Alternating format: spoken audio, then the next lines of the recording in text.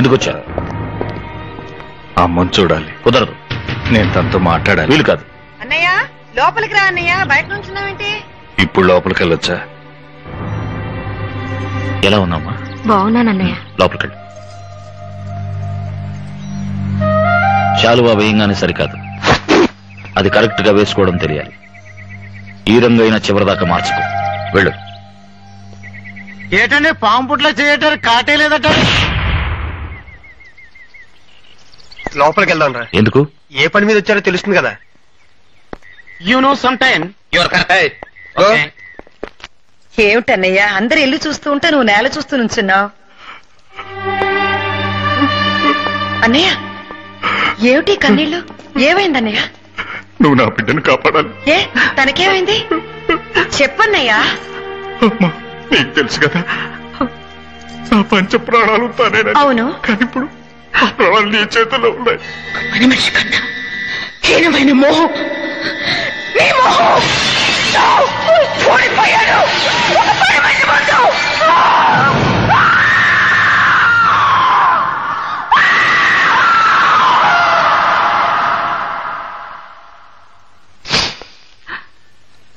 చేసుకుంటే నరసింహాన్ని చేసుకుంటాను పట్టుబట్టు కూర్చుంది. ఎన్ని విధాలా చెప్పినా తన పంతం వదిలేట్లేదు. ఇలాగే వదిలేస్తే ఎక్కడ చచ్చిపోతుందోనని భయంగా ఉంది. నువ్వు పెద్ద మనసుతో దాన్ని నీ కోడలు చేసుకోవాలి. అత్తయ్య, నేను మీ అమ్మాయికి చేసిన ద్రోహాన్ని మనసులో పెట్టుకుని నా చెల్లెలి మీద పగ సాధించకండి. దాని ప్రాణాలు కాపాడగల వ్యక్తి నువ్వు తప్ప ఇంకెవరూ లేదు. నాకన్నా వయసులో చిన్నదానివైనా పర్వాలేదు, నీ కాళ్ళు పట్టుకొని అడుగుతున్నాను. ఏమిటన్నయ్య అది? మరీ చిన్నపిల్లవాళ్ళ దిగులు పడకు. రేపే మీ ఇంటికి వచ్చి నిశ్చితార్థం చేసుకుంటాను.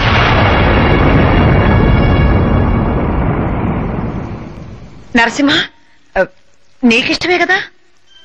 నువ్వు చెప్పావుగమ్మా, నీకిష్టమైతే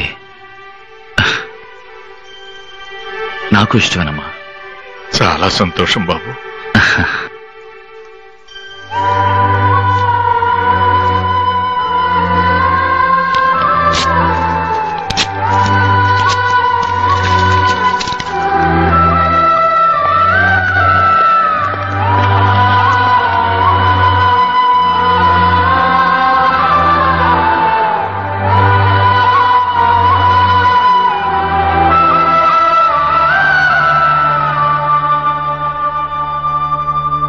ఏమిటి ఏడుస్తున్నావా?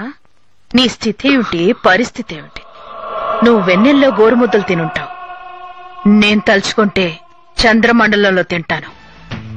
నువ్వనుకునేది ఏమీ జరగదు. కానీ ఈ నీలాంబర అనుకున్నదంటే అది జరగకుండా విడిచిపెట్టదు.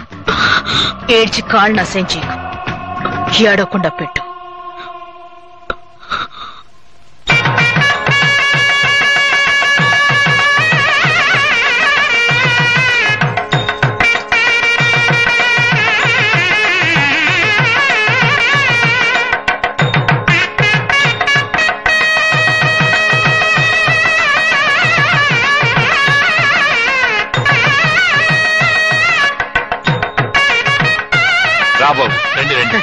ఏటండి పాము పుట్లో చేయటారు? నోర్మైనా నువ్వు నీ పావును రెండేమ్మా. రండి రండి, లోపల అడుగుతాను. ఏంటమ్మా అక్కడే నుంచున్నావు? లోపలరా. అందరికీ లోపల చోటు చాలదన్నయ్యా. చాలా ఇంకా గతాన్ని మర్చిపోలేదు. అదేం కాదు, ఊరు జనం ముందే తాంబూలాలు అందుకుందామని. ఓ లక్షణంగా. అమ్మా తీసుకురా. సామా తాంబూలాలు అనుకుందాం. అయ్యో, నేను విధవని ఎలా? అదే మాటమ్మా, ఎంతైనా నువ్వు నా చెల్లెలివి. తీసుకురా. ఓ ఇవ్వమ్మా.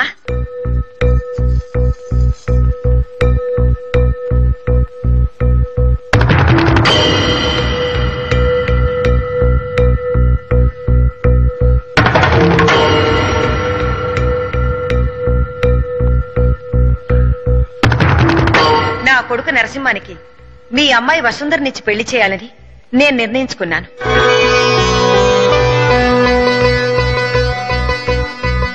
మీకు మీ అమ్మాయికి ఇష్టమైతే తాంబూలాలు అందుకోండి. ఎందుకు భయపడుతున్నారు? మిమ్మల్ని ఇక్కడ ఎవ్వరూ ఏమీ చేయలేరు. మనకి అండగా ఆ భగవంతుడున్నాడు. నా కొడుకు నరసింహ ఉన్నాడు. మీకిష్టమైతే ధైర్యంగా తాంబూలాలు అందుకోండి.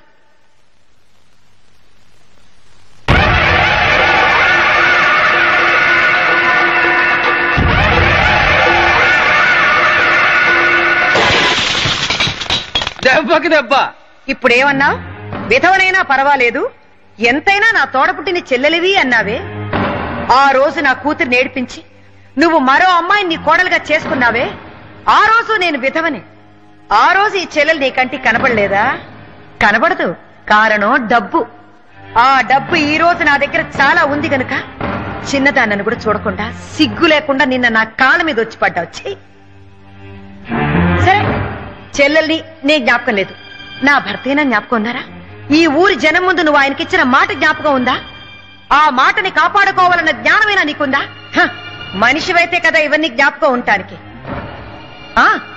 నువ్వు నన్ను అడగచ్చు, నిన్న నువ్వు నాకు ఇచ్చిన మాట ఏమైందే అని.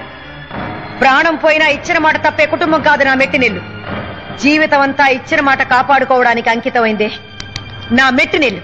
నేను నీకు నిన్న మాట ఇచ్చాను, మీ ఇంటికి నిశ్చితార్థానికి వస్తానని, నీ కూతుర్ని నిశ్చితార్థం చేసుకుంటానని కాదు.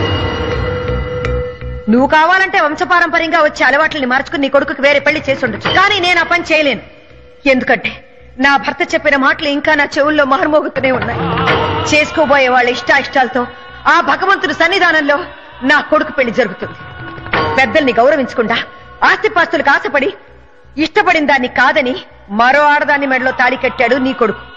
కానీ నా కొడుకు 10 నెలలు మోసి కని పెంచిన నా మాట మీరకూడదన్న ఒకే ఒక కారణంతో తను మనసారా ప్రేమించిన దాన్ని కాదని నీ కూతురు మెడలో తాళి కట్టడానికి సిద్ధమయ్యాడు. కాని పిల్లల మనసు అర్థం చేసుకోలేని వాళ్ళు కన్నవాళ్ళు అనిపించుకోలేరు. నా బిడ్డ మనసులో ఏముందో నాకెప్పుడో తెలుసు. వీడు కర్పూరం లాంటివాడు. లేని వాళ్ళు వెలిగించినా ఉన్నవాళ్లు వెలిగించినా ఎవరు వెలిగించినా ఒక్కటే జ్యోతి. నా బిడ్డ మనసులో నేను మంటలు రేపగలనా, చల్లార్చగలను గాని. నరసింహ, వెళ్లి నా కోడల్ని తీసుకురా.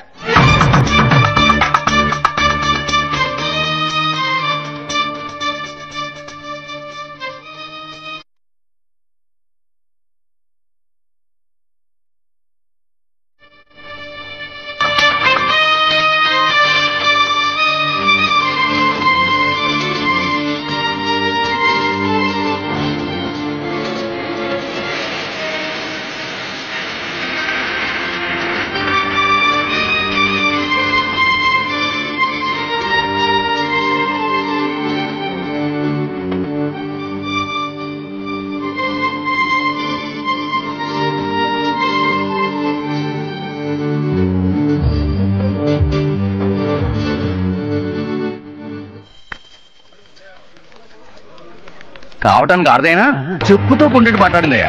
మొహం మీద పట్టుకున్నావాడట అడిగినా కొంచెం కూడా సిగ్గుశరం లేకుండా జడ పదార్థంలో ఎలా ఉంచున్నాడో చూడు. ఆ రోజంతా తలబిరుసుగా మాట్లాడాడు. రేపు ఆయన కూతుర్ని ఎవరికిచ్చి పెళ్లి చేస్తాడు? ఏమైనా చేస్తాడు. పరువు మర్యాద పోయిన తర్వాత ఇంకా ఆయన ఊళ్ళో తలెత్తుకు తిరగలడా? మనిషికి మాటేనయ్య ముఖ్యం. ఇచ్చిన మాట కాపాడుకోవాలి. కాపాడుకోలేకపోతే ఉరేసుకు చావాలి.